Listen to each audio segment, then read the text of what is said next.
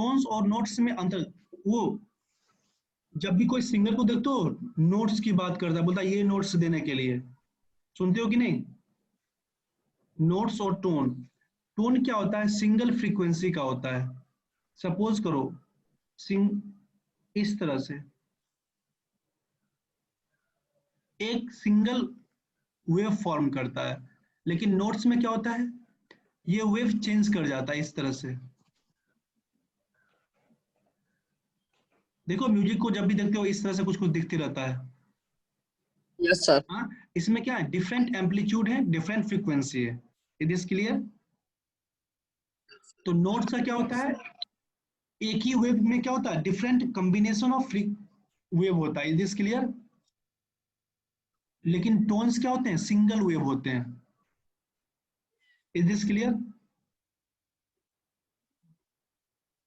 Yes sir. चलो, अब ये चीज जानने के बाद आज हम लोग पढ़ते हैं इको। ठीक है,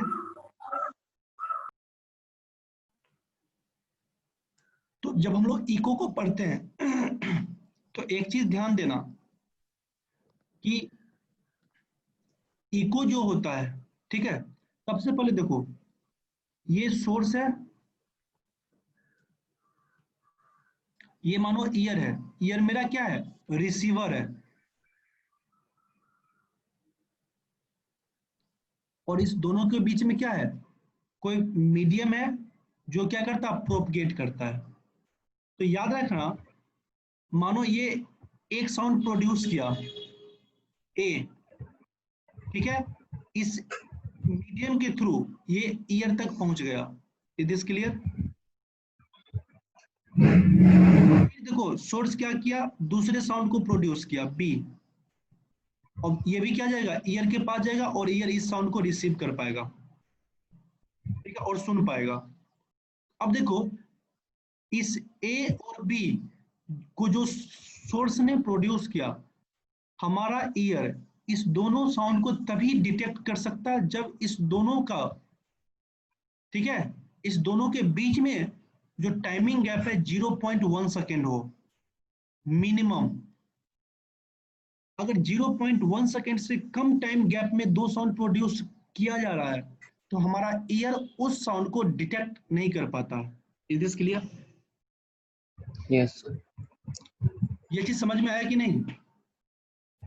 यस सर। देखो ज्यादा कितना भी हो सकता है, लेकिन मिनिमम 0.1 सेकेंड दो साउंड के बीच में गैप होगा, तभी हमारा ईयर उस साउंड को डिटेक्ट कर सकता है।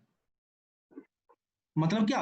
1/10 सेकेंड होना चाहिए, उसी साउंड को हमारा ईयर डिटेक्ट करता है। अगर 1/10 से कम हो जाए, सपोज करो 0.09 सेकेंड हो जाए, तो क्या हमारा इस साउंड को, मानो दो साउंड है बी और ए, इस दोनों के बीच में जो टाइमिंग गैप है वो 0.09 सेकेंड है, क्या हमारा ईयर इस दो साउंड को डिटेक्ट कर पाएगा? No sir. No sir. No sir. ठीक है, तो मिनिमम टाइम कितना होना होना चाहिए दो साउंड के प्रोडक्शन में? Minimum, I am talking about minimum 0.1 second. 0.1 second. Maximum कितना भी हो सकता है। Is this clear? Yes sir. Yes. अब देखो जो एसपी, अब एक चीज देखो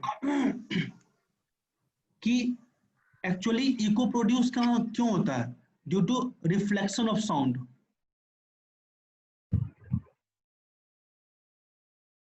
जैसे जब हम लोग लाइट को पढ़ रहे थे, लाइट क्या कर रहा था? जब किसी सरफेस पे इंसिडेंट कर रहा था तो लॉ ऑफ जिसको हम लोग इंसिडेंट रे बोलते थे, following the law of reflection, वो क्या होता था?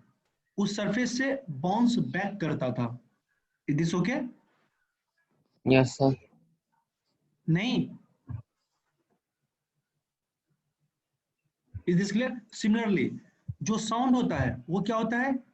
किसी सरफेस पे जाता है, स्ट्राइक करता है, कुछ पार्ट इस सरफेस के द्वारा एब्जॉर्ब होता है और कुछ पार्ट क्या होता है? इस सरफेस से बाउंस बैक कर जाता है। और जो पार्ट ऑफ द साउंड जो बाउंस बैक करता है उसको हम लोग क्या बोलते हैं? रिफ्लेक्टेड साउंड बोलते हैं। Is this clear? And the echo will produce because of this reflection. ठीक है,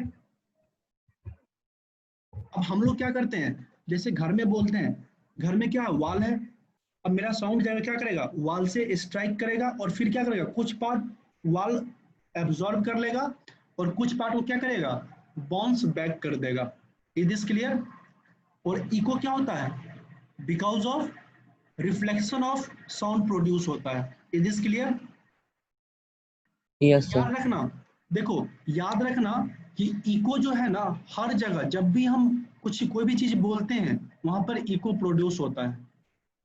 क्योंकि हर जगह क्या होता है, हमारे सराउंडिंग्स में बहुत सारे ऑब्जेक्ट हैं और हमारा साउंड क्या करता है, जाके उस ऑब्जेक्ट के जाके स्ट्राइक करता है और बाउंस बैक करता है।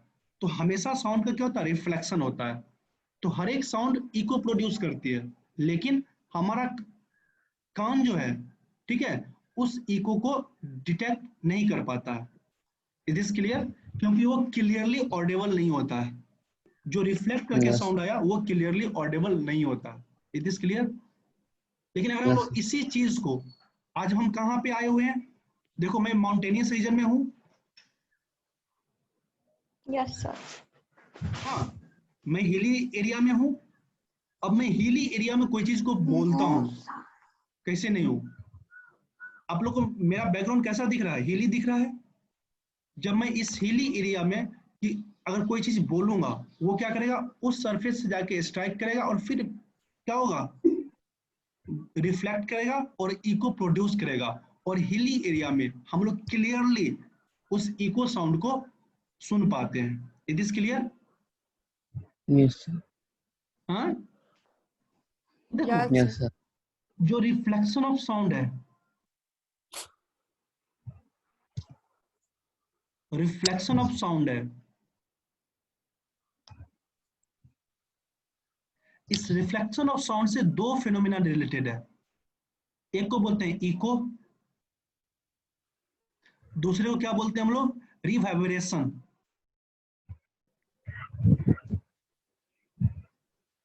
क्या बोलते हैं दूसरे को, revive. Reverberation. It is clear? तो रिफ्लेक्शन ऑफ साउंड से कौन दो फिनोमिना रिलेटेड है, इको रिवाइब्रेशन। रिवाइब्रेशन। अब देखो इको और रिवाइब्रेशन में अंतर क्या है। जो इको होता है ना, इसके क्या होता है, दो साउंड के बीच में टाइम गैप होता है, मतलब डिस्टेंस साउंड होता है।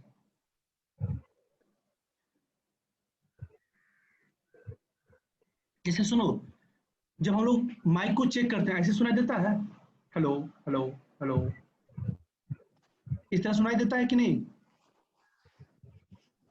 हाँ जी, यस पूछ रहा सर। हूँ, जब हम लोग yes sir. Echo produce sound, echo कैसे सुनाई देता है, हेलो हेलो हेलो, इस तरह सुनाई देता है ना। Yes sir.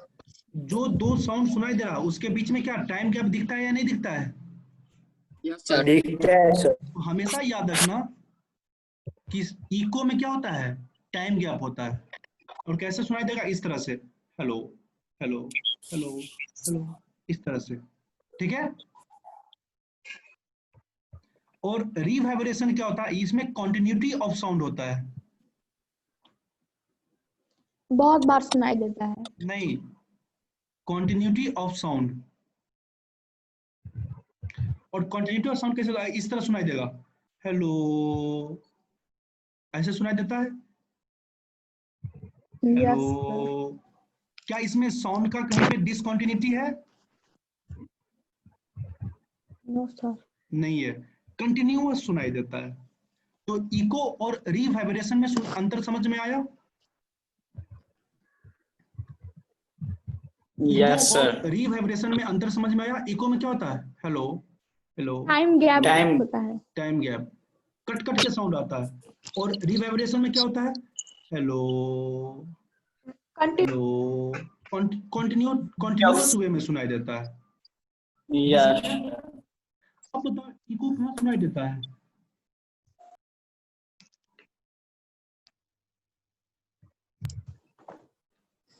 माउंटेनियस रीजन में, हिली रीजन में हम लोग सुनते हैं, ठीक है। और रिवाइब्रेशन कहाँ सुनाई देता है? जहां पे देखो डोम शेप का कोई स्ट्रक्चर हो। Is this clear? Is this clear? जहां पे डोम शेप का डोम शेप, इस तरह का जो डोम शेप होता है, इस तरह से कोई जो पुरानी कंस्ट्रक्शन बिल्डिंग में जिसका शेप इस तरह हो, तो उसमें हमको रिवाइब्रेशन सुनाई देता है, कॉन्टिन्यूअस वे में साउंड सुनाई देता है। Is this okay? क्योंकि क्या होता है यहाँ पे साउंड प्रोड्यूस हुआ, इधर जाके स्ट्राइक किया, फिर इधर जाके स्ट्राइक किया, ऐसे ऐसे करके तब फिर साउंड सुनाई देता है। इसलिए साउंड में क्या होता है, एक सुपर इम्पोजिशन होता है, reflection of sound, multiple reflection होता है। और मल्टीपल रिफ्लेक्शन के बाद क्या होता है, उसमें कॉन्टिन्यूटी आ जाती है। Is this clear? Yes sir. Yes. तो अब आज समझ गया रिफ्लेक्शन ऑफ साउंड से कौन दो फिनोमेना रिलेटेड है? Echo, reverberation. Reverberation. Revibration. What is difference between echo and reverberation? Echo में टाइम गैप होता है, और रिवाइब्रेशन में कंटिन्यू रहता है। ठीक है। अब बताओ, दो साउंड को हम लोग डिटेक्ट करेंगे तो उसके बीच का टाइम गैप मिनिमम कितना होना चाहिए? 0.01। 0.1 सेकेंड, नॉट 0.01। अपने मन से तुम लोग 0.1 सेकेंड होता है। Yes sir. पंडित जी, ठीक है, अब स्टार्ट करें। और इको मेनली कहाँ पे सुनाई देती है? माउंटेनियस और हिली रीजन में। Mountainous region. और रिवाइब्रेशन कहाँ पे होता है? डोम शेप बिल्डिंग में, डोम शेप स्ट्रक्चर में। Is this clear? Yes sir. Yes sir. अब देखो, मान लो मैं एक पहाड़ पे भी खड़ा हूं, यहां से साउंड प्रोड्यूस किया, ठीक है। मान लो ये मेरा माउंटेन है और मैं यहां से साउंड को प्रोड्यूस किया,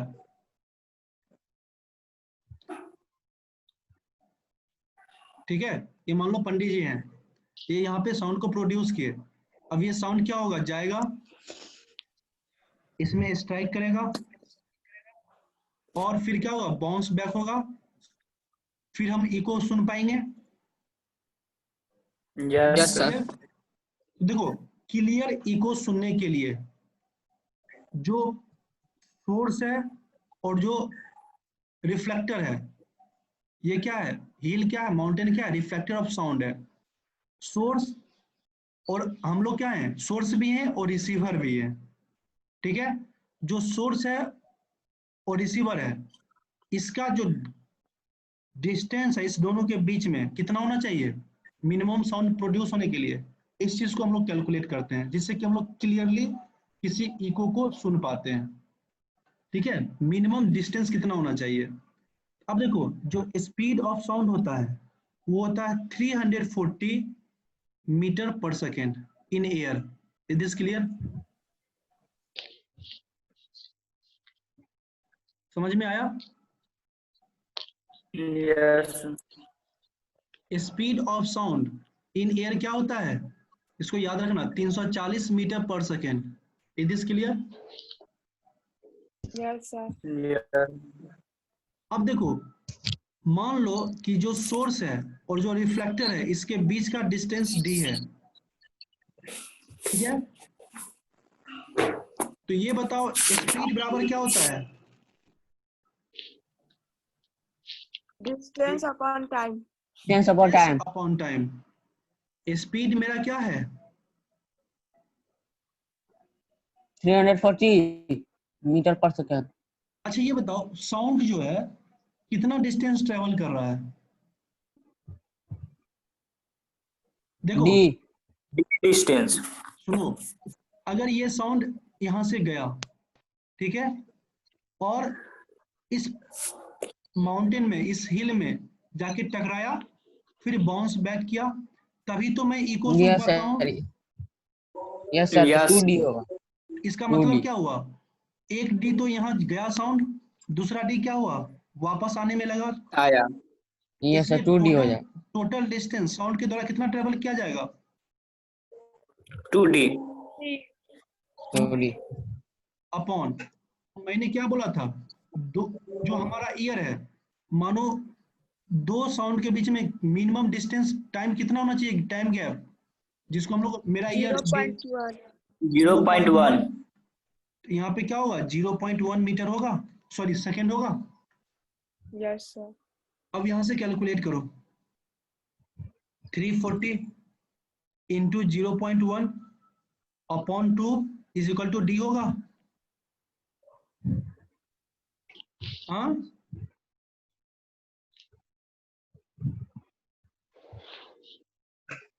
डी बराबर क्या हो गया, 7. क्या हुआ, डी बराबर 17 meter. 17 मीटर. तो ये डी कौन सा है, ये सोर्स और रिफ्लेक्टर के बीच का डिस्टेंस है ना। यस. तो हमेशा याद रखना कि क्लियर इको को डिटेक्ट करने के लिए सोर्स और रिफ्लेक्टर के बीच का मिनिमम डिस्टेंस कितना होना चाहिए, 17 मीटर. ठीक है। हम अपने घर में इस साउंड को इको क्यों नहीं सुन पाते हैं, क्योंकि जो रिफ्लेक्टर है और हमारे बीच में क्या है, डिस्टेंस कितना है, 17 मीटर से कम है, इसलिए हम लोग क्या होता है, नहीं सुन पाते इको को। Is this clear.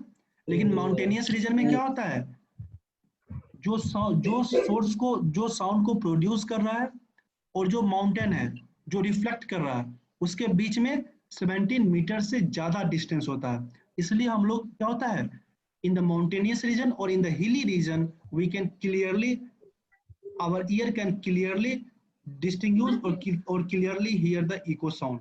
Is this okay? Maximum distance कितना भी हो सकता है, बट मिनिमम डिस्टेंस कितना होना चाहिए इको को 17 सुनने के लिए, 17 मीटर होना चाहिए। Is this clear. meter. किसी को कोई Yes, डाउट sir. है? No, sir. हाँ जी। दो साउंड के बीच का टाइम गैप कितना होना चाहिए, जिसको हम लोग, मेरा ईयर उसको डिटेक्ट कर सकता है। हाँ जी बोलो, तुम लोग क्लास कर रहे हो या नहीं? Yes sir. तो बोलते क्यों नहीं हो?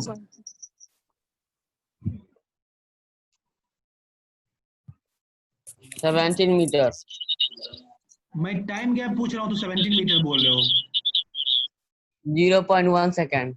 हाँ, 0.1 second. और इको, क्लियर इको सुनने के लिए सोर्स और रिफ्लेक्टर के बीच का डिस्टेंस, मिनिमम डिस्टेंस कितना होना चाहिए? 17 मीटर. 17 मीटर। इको और जो रिफ्लेक्शन ऑफ साउंड है उससे कौन सा दो फिनोमेना रिलेटेड है? Echo and Echo and reverberation. Echo and reverberation. Sir ठीक है, हाँ। अब देखो यहाँ सर, पे ओवल विंडो क्या होता है सर? क्या चीज? Oval window. ओवल विंडो मैं नहीं जानता हूँ, सर ईयर में लिखा हुआ। पता नहीं। ठीक है, अब देखो नॉइज क्या होता है, कोई बता सकते हो? What is noise?